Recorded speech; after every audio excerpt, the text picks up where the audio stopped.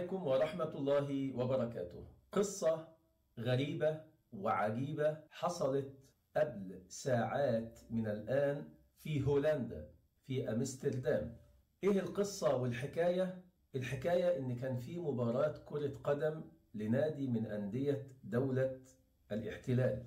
جمهور هذا النادي خرجوا في شوارع أمستردام يهتفوا هتافات معادية للعرب ويطالبوا فيها رئيس وزرائهم النتن بإبادة العرب. يعني مباراة كرة قدم في أمستردام الجمهور بيطالب النتن بإبادة العرب. شيء عجيب، تركيبة غريبة جدا. لم يكتفي هذا الجمهور بالهتافات المعادية ضد العرب، بل كمان مزقوا أعلام فلسطين اللي موجودة في بيوت المتضامنين مع القضية الفلسطينية. وانتم عارفين حضراتكم أن أوروبا بوجه عام، هولندا تحديدا، فيها عدد كبير جدا جدا من المسلمين، سواء كانوا أتراك، مغاربة، جزائريين، وطبعا جنسيات أخرى. لكن طبعا المغاربة هناك بيمثلوا قوة قوية جدا، أبطال المغرب أحفاد طارق بن زياد. الشاهد أنه الموقف لم يمر هكذا. تعالوا الأول نشوف الهتافات المعادية ضد العرب في أمستردام وتمزيق العلم الفلسطيني.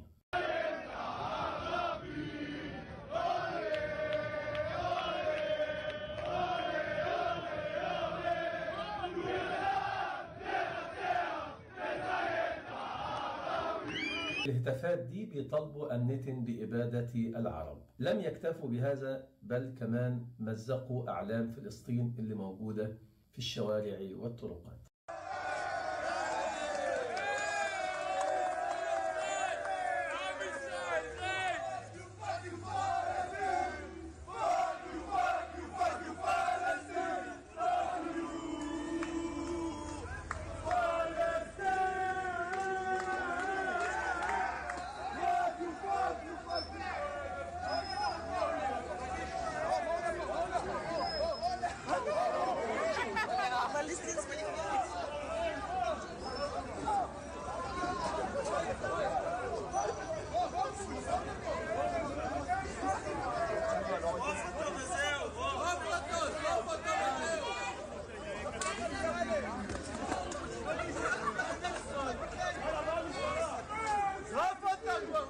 زي ما قلنا لحضراتكم ان هولندا بوجه خاص فيها عدد كبير جدا من المسلمين، وطبعا كلهم متعاطفين مع القضية الفلسطينية، فطبيعي انك تلاقي العلم الفلسطيني في شرفات المنازل للمتعاطفين. طبعا حالة الاستعداء والإرهاب الواضح هذا من هذا الجمهور خلت الناس المسلمين وخاصة المغاربة يدافعوا عن قضيتهم، قضية فلسطين، قضية كل إنسان حر، قضية كل مسلم حر. فبقوا بيردوا الاعتداء، يعني هو على سبيل رد الاعتداء، وأجبروا هذا الشخص اللي أسقط العلم ومزقه أنه يقول تحيا فلسطين، وخوفا طبعا منهم ومن اللي عملوه معاه.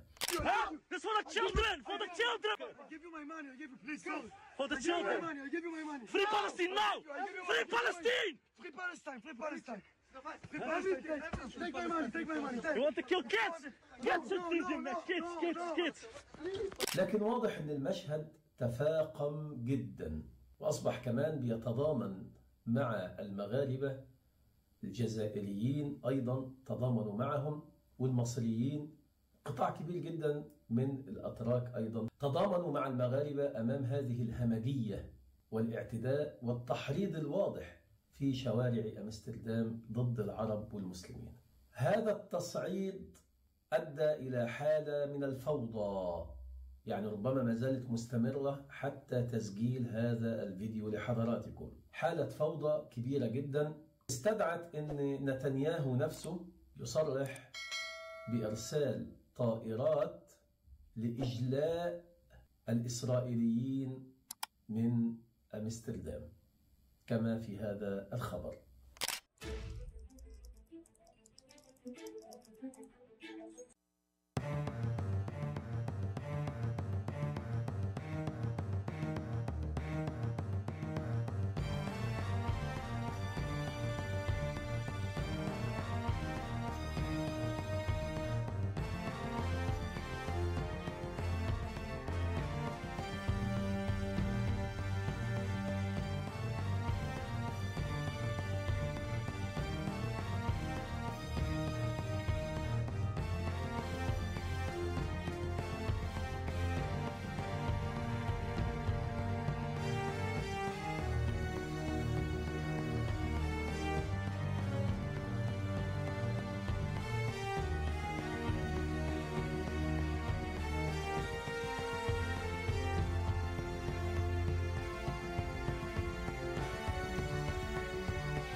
إنه إسرائيل أرسلت طائرين لإجلاء الإسرائيليين من أمستردام.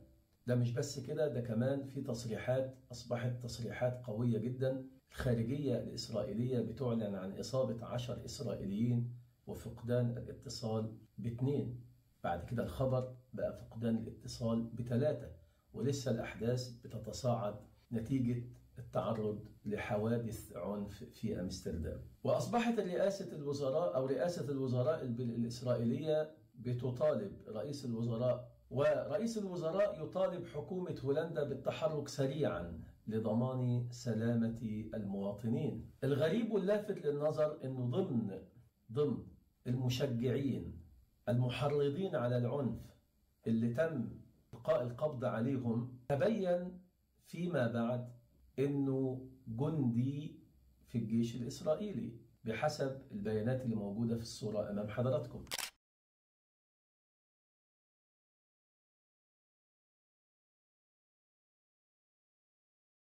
لحد كده الحكاية حسب المعلومات ممكن تكون توقفت، لكنها لم تنتهي، لأن أنا متأكد أن الأحداث دي سيكون لها تبعات، وتبعات مهمة وصعبة جدا، لأنه في الحقيقة الفيديوهات المنتشرة والمتداولة فيها عنف شديد. طبعا ما ينفعش نعرضه لحضراتكم، فهيبقى موجود في اللينك أسفل الفيديو. الأحداث دي هيكون لها تبعات مهمة جدا، وفي الحقيقة بتلقي بظلالها على مستقبل ربما بيؤكد نفس اللي احنا قلناه قبل أيام، إن المستقبل لهذه الأمة إن شاء الله تعالى. في الأول والآخر احنا بنتابع الأحداث، ونتمنى أن يسلم الله سبحانه وتعالى أحبابنا وأهلنا وسود الأطلسي وأحفاد طارق بن زياد. نسأل الله تعالى أن يسلمهم وأن يحفظهم من كل مكروه وسوء.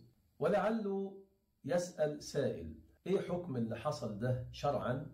اللي حصل ده بيدخل في إطار الدفاع عن النفس، والدفاع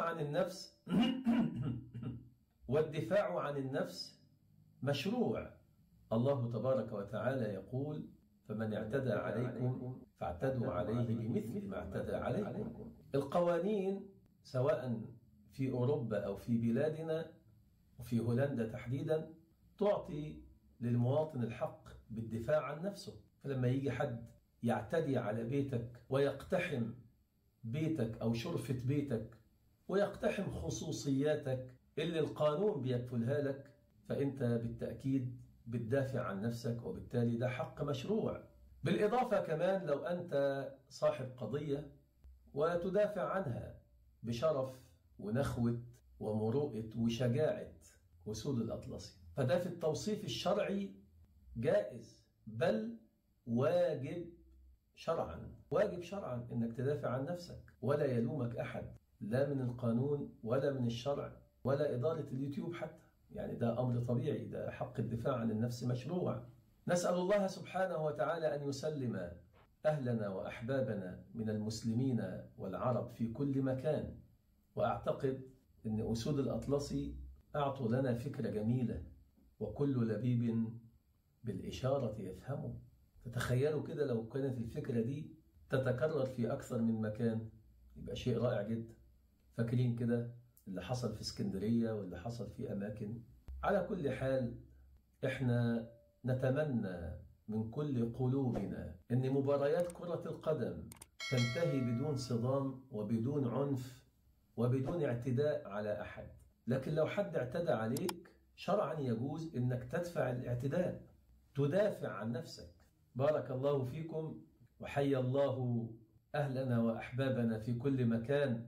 وواضح أن أمستردام سيكون لها ما بعدها، لدرجة أن الإعلام العبري بيعتبر أن اللي حصل في أمستردام هو 7 أكتوبر جديد. يا مسهل يا كريم. يلا، السلام عليكم ورحمة الله.